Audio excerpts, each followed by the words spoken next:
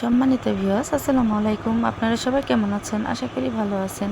আজকে রান্নাটা করবে আপনাদের ভাইয়া। আমার শরীরটা প্রচণ্ড খারাপ, যার ফলে আমি উঠতেই পারছি না। সেজন্য আপনার ভাইয়া রান্নাটা করতেছে। এখানে আলু দিয়ে খাসির মাংস রান্না করবে। এই যে দেখেন, আলুগুলো সব দিয়ে দিল। আলুগুলো ছেলে নিয়ে, আসলে ছেলে মানুষ কালিয়ার মতোই রান্না করবে, সেজন্যে আপনাদের ভাইয়ার হাতের রান্না অনেক টেস্ট। এই যে এখন দিয়ে দিল মাংসগুলা।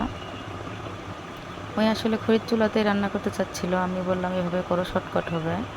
এখানে আদা, রসুন, পেঁয়াজ, আপনার কাঁচা ঝাল, ফল, দারচিনি, তেজপাতা সবই আছে। দিয়ে দিল মশলা বাটা। এখন দিয়ে দিবে হলুদ গুঁড়ো,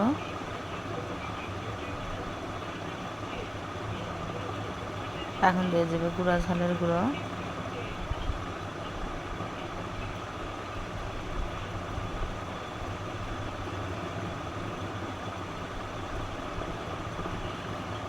এখন দিয়ে দেবে লবণ।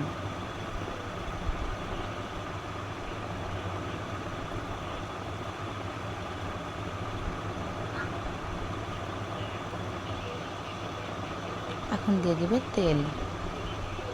দিয়ে দিল আস্ত কয়টা গোটা জিরা।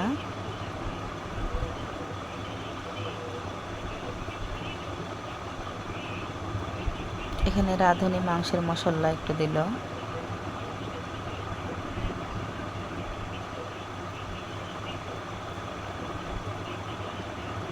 এখন দিয়ে দিবে তেল।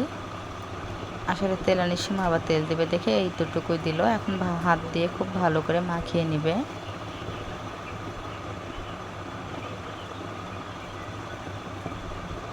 খুব সুন্দর করে মাখিয়ে নিয়ে পর্যাপ্ত পরিমাণ পানি দিয়ে সিটি দিয়ে দিবে।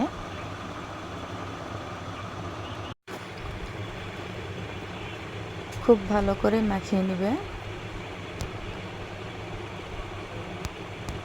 যত সুন্দর করে মাখাবেন তত ভালো টেস্ট হবে।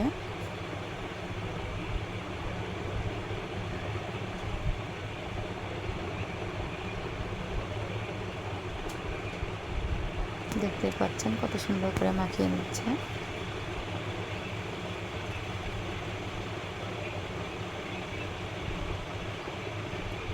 দেখেন মাখানোতে কালারটা কি সুন্দর হয়েছে, দেখতে কতটা লোভনীয় লাগছে। এখন দিয়ে দিবে পানি, পর্যাপ্ত পরিমাণ পানি দিয়ে সিটি দিয়ে দিবে।